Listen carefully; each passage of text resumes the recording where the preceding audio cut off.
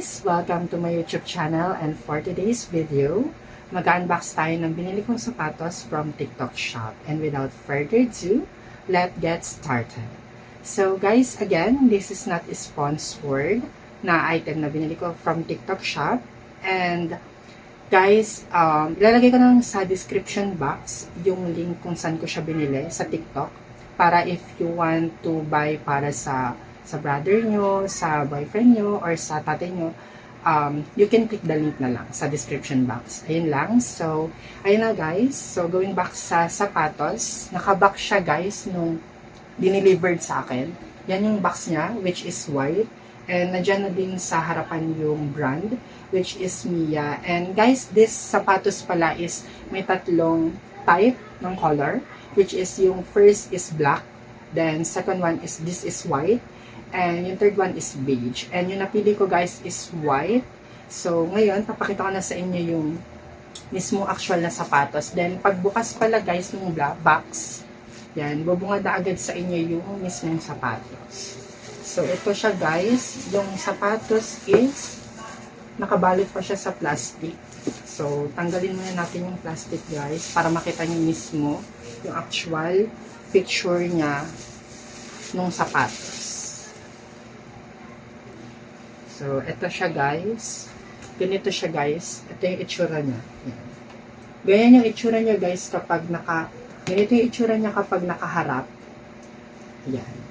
Then, kapag nakatagilid, ganyan. Ayan siya guys. Then, ito yung ilalim niya guys. Yan. Black, tapos white yung mismong top na may konting white. Ay, may konting black. Sorry. Konting black. Ayan siya guys.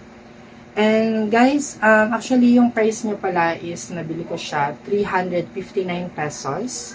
Then hindi pa kasama din yung shipping fee. And since may voucher ako for free shipping, so yung mismong original price na lang yung binayaran ko. Okay?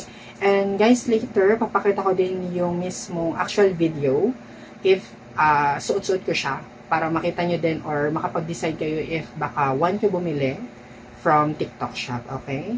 So, ayun guys, actually, kaya ko siya binili guys kasi wala na akong extrang sapatos na pwede kong suotin kasi yung pang-araw-araw na ginagamit kong sapatos is paulit-ulit siya.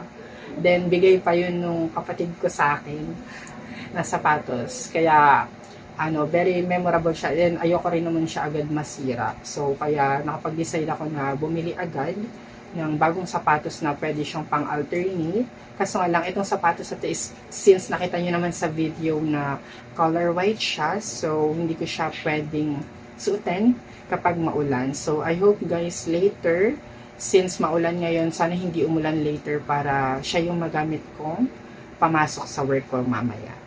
So, ayun lang guys. And guys, before we end this video, I would like to thank you to the all subscribers or to the all supporters that I have on my YouTube channel, and sana dumami pa kayo guys.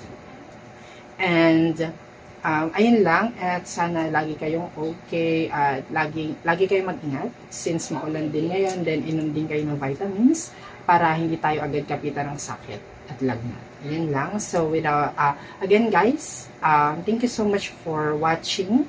And I hope na magtuloy-tuloy pa tayo sa paggagawaan ng any video. And if you have any suggestions or any request, just comment down below sa comment box para makita ko din if meron kayong mga videos na gusto ipa-vlog or ipa-upload. So, ayun lang guys. Again, thank you for watching. Again, this is JM. Don't forget to like, share, and subscribe. Bye for now!